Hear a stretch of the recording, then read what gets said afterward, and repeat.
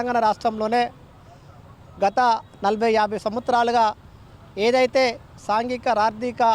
రాజకీయ అసమానతలకు గురవుతూ వెట్టి సాకిరికే పరిమితమై హీనమైన జీవితాన్ని గడుపుతున్న ఏదైతే బహుజన వర్గాల ప్రజలు ఉన్నారో మరి ఆ బహుజన వర్గాల ప్రజలకు బాబాసాహెబ్ అంబేద్కర్ గారు కల్పించిన రాజ్యాంగంలోనే ప్రతి పేదవారికి సొంత భూమి ఉపాధి ఉద్యోగ కల్పన ఏదైతే కోరుకున్నాడో మరి అవి అందించడమే దిశగా ఈరోజు ఒక బహుజన ఉద్యమాలు కానీ బహుజన రాజకీయ పార్టీలు కానీ ఆ దిశగా పనిచేయాల్సిన అవసరం ఉన్నప్పటికీ కూడా మరి ఇక్కడ తెలంగాణ రాష్ట్రంలోనే గత 30 సంవత్సరాలుగా వివిధ కుల రాజకీయాలు మత రాజకీయాలు బహుజన సంస్థలన్నీ కూడా స్వార్థ ప్రయోజనాలకు అంకితమై పరిమితమై పనిచేస్తున్న క్రమంలో మరి ఈరోజు ఏదైతే బహుజన మహనీయులు మహాత్మా జ్యోతిరావు పూలే అంబేద్కర్ కాన్సరామ్ గారు కోరుకున్న బహుజన రాజ్యం ఏదైతే ఉందో మరి అది సాధించడం ఒక దిక్సూచిగా అది సాధించడమే ప్రధాన లక్ష్యంగా మరి ఏ పార్టీ కూడా ఈరోజు పనిచేస్తున్న సందర్భాలు లేవు. తెలంగాణ రాష్ట్రంలో దుర్మానం ఏంటంటే మెజార్టీ ప్రజలమైన మనము మన ఓట్లు మనం వేసుకొని మన రాజ్యాధికారానికి వచ్చి మన హక్కులని మనకే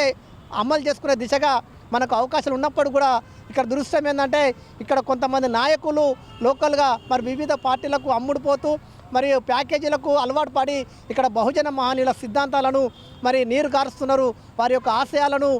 తూట్లు పోస్తున్నారు. కాబట్టికే మరి ప్రజలకు ఇన్ని రకాల అణచివేతలకు గురవుతున్నా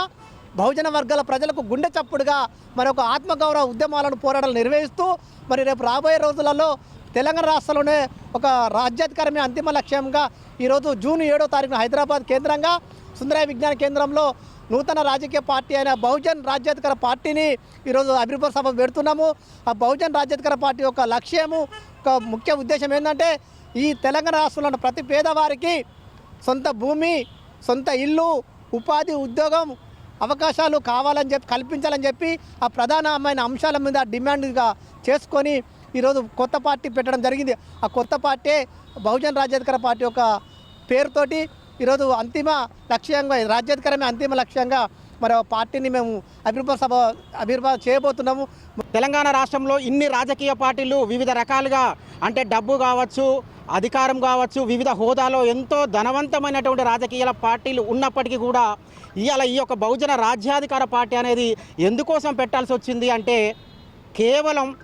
తెలంగాణ రాష్ట్రంలో ఉన్నటువంటి ఎస్సీ ఎస్టీ బీసీ మైనార్టీల యొక్క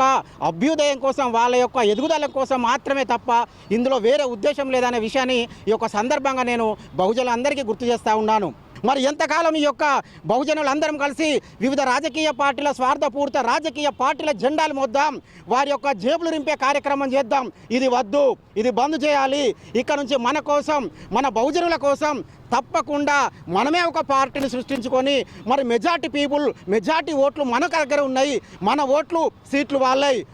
తిరిగేది మనం ఫలించేది వాళ్ళు. ఇది ఎక్కడి న్యాయం? ఇది కావద్దు. కాబట్టి మరి మేధావి వర్గంతో కూడా చాలా రోజుల నుంచి సమాలోచనలు చేస్తూ వివిధ వర్గాలను కలుపుకొని పోతూ మరి ఈరోజు ఇక్కడ కరపత్రికను ఏర్పాటు చేయడం జరిగింది.